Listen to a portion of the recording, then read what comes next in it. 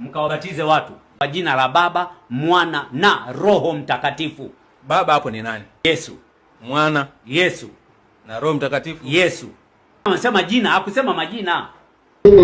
Jambo la mwisho ambalo kama umefuatilia hawa wote wanaokaa na kupinga swala la mafundisho hili la ubatizo kwa jina la Baba, Mwana na Roho Mtakatifu, utakuja kugundua kimsingi sio wanapinga hasa ubatizo.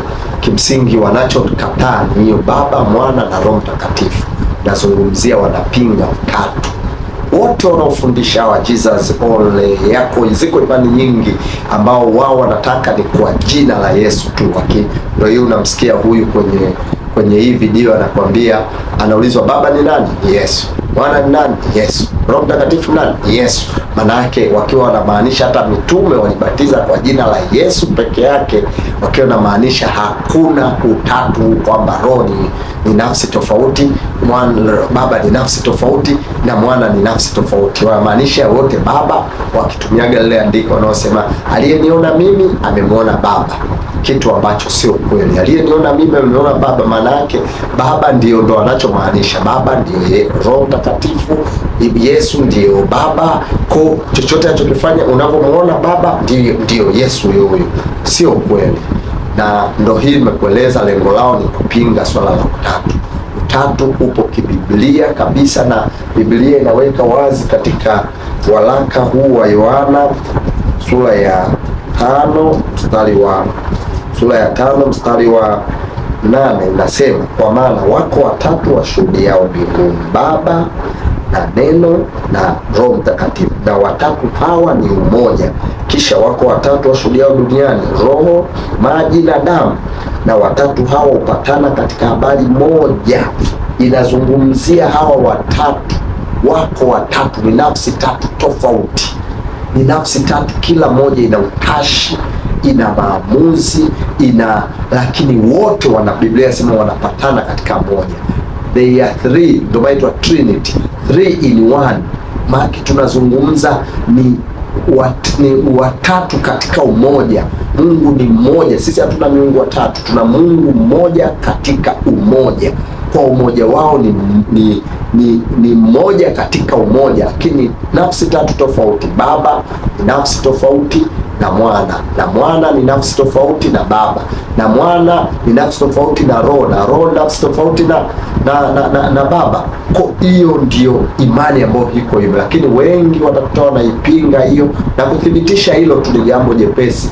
Wakati Yesu anabatizwa pale mto Jordan, Biblia inathibitisha Yesu akiwa hapa duniani, sauti ikasikika mbinguni. Nataka kusema ile sauti iliyosikika mbinguni, Yesu huyo muda huo akajivua akaenda kuzungumza, huyu ni mwanangu mpendwa anayependezwa naye. Lakini wakati huo sauti inazungumza, Roho Mtakatifu alishuka kwa umbo la huo, kuonyesha yote ilikuwa inaonyesha ni tatu.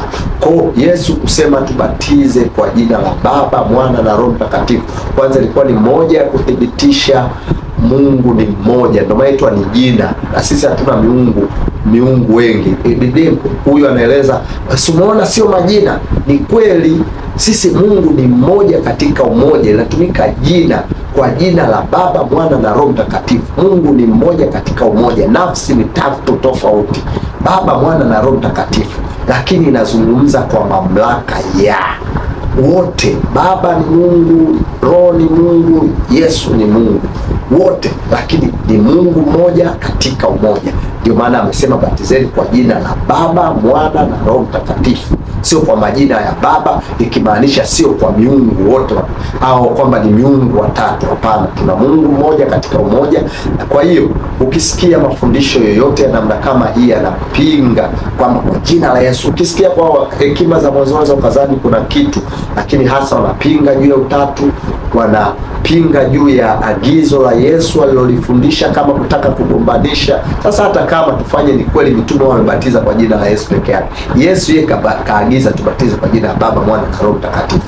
Kati ya mitume na Yesu nani ni mkuu?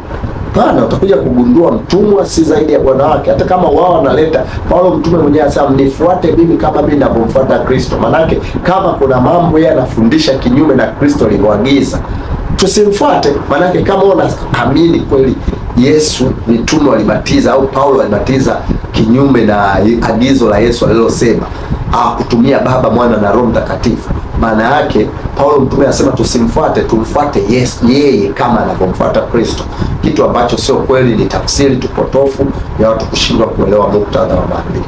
Mungu akubariki sana, asante kwa kunisikiliza. Mungu akubariki. Shujaa Charles amesema.